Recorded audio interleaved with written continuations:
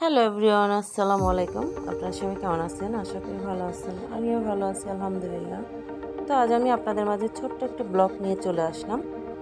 আজ আমি বানাবো পটলের মিষ্টি। তো আমি এখানে 6 থেকে 7টি পটল নিয়েছি। তারপরে আমি এক এক করে পটলের খোসাগুলো ছাড়িয়ে নিলাম। তারপর ছাড়িয়ে নেওয়ার পরে এখন আমি পটলের পেট থেকে সবগুলো একদম বিচি বের করে নিব। তো এটা হাতের সাহায্যে করতে যাবেন না, একটু কষ্ট করে এটা ছোট একটা চা চামচের গোড়া দিয়ে করবেন, তাহলে খুব সহজে পটলের পেট থেকে সব বের হয়ে আসবে। তারপর এক এক করে আমি সবগুলো করে নিলাম। এদিকে আমি চুলায় একটা কড়াই বসিয়ে দিলাম। তো এখানে আমি দুটো হাফ কাপ পানি দিয়ে দুটো এলাচ থেতো করে দিলাম। তারপর 2 কাপ চিনি দিয়ে দিলাম। চিনিটা গলে যাবে, এর মধ্যে আমি দিয়ে দিলাম 2 চামচ ফুড কালার দিয়ে আমি পানিটাকে ব্লক তুলে নিলাম। তো ব্লক হয়ে গেছে পানিটা। তারপর এখানে আমি এক এক করে সবগুলো পটল দিয়ে দিব। পটল দিয়ে আমি 5 মিনিটের জন্য ঢেকে দিব। ঢেকে দিয়ে বলক আসা মতো। তারপরে হচ্ছে এখানে কিন্তু চুলার আঁচটা কিন্তু হাই হিটেই রাখতে হবে। আমি কিন্তু প্রথমে হাই হিটেই রেখেছি। তারপর যখন 10 মিনিট জাল হয়ে যাবে তখন আমি চুলাটা একটু মিডিয়াম আঁচে দেব। তারপর দেখেন 10 মিনিট জাল করার পরে এই যে আমার পটলের এই অবস্থা হয়েছে। তো এখানে আমি 1 চা চামচ লেবুর রস দিয়ে দিয়েছি।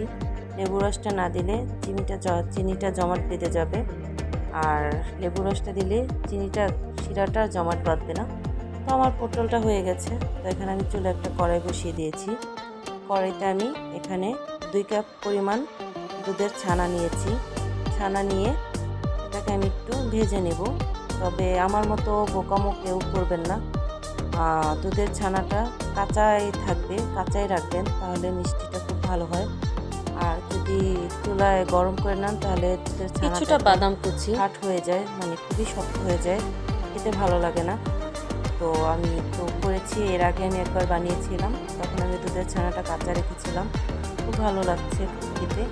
কিন্তু এইবার আমি জাল করে নিলাম, দেখলাম যে কোনটা কেমন হয়। তো দেখলাম যে কাঁচা রাখাটাই ভালো। তো আপনারা দুধের ছানাটাকে অবশ্যই জাল করবেন না, কাঁচা রাখবেন, তাহলে মিষ্টিটা খেতে খুব ভালো লাগবে।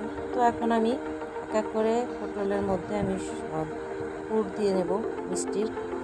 তো এই দেখেন আমার মিষ্টি বানানো শেষ। এখন আমি এর উপর থেকে একটু একটু করে সেই পটলের চিনির শিরাগুলো দিয়ে দিব। দিয়ে এখন আমার এই যে হচ্ছে আমার পটলের আসল রূপ।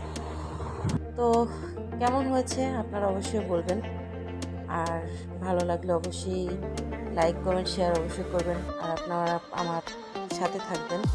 আপনারা আমাকে এগিয়ে নিয়ে না গেলে আমি কিন্তু এগোতে পারবো না, অবশ্যই আমাকে আপনারা এগিয়ে নিয়ে যাবেন। তো সবাই ভালো থাকবেন। আসসালামু আলাইকুম, আল্লাহ হাফেজ।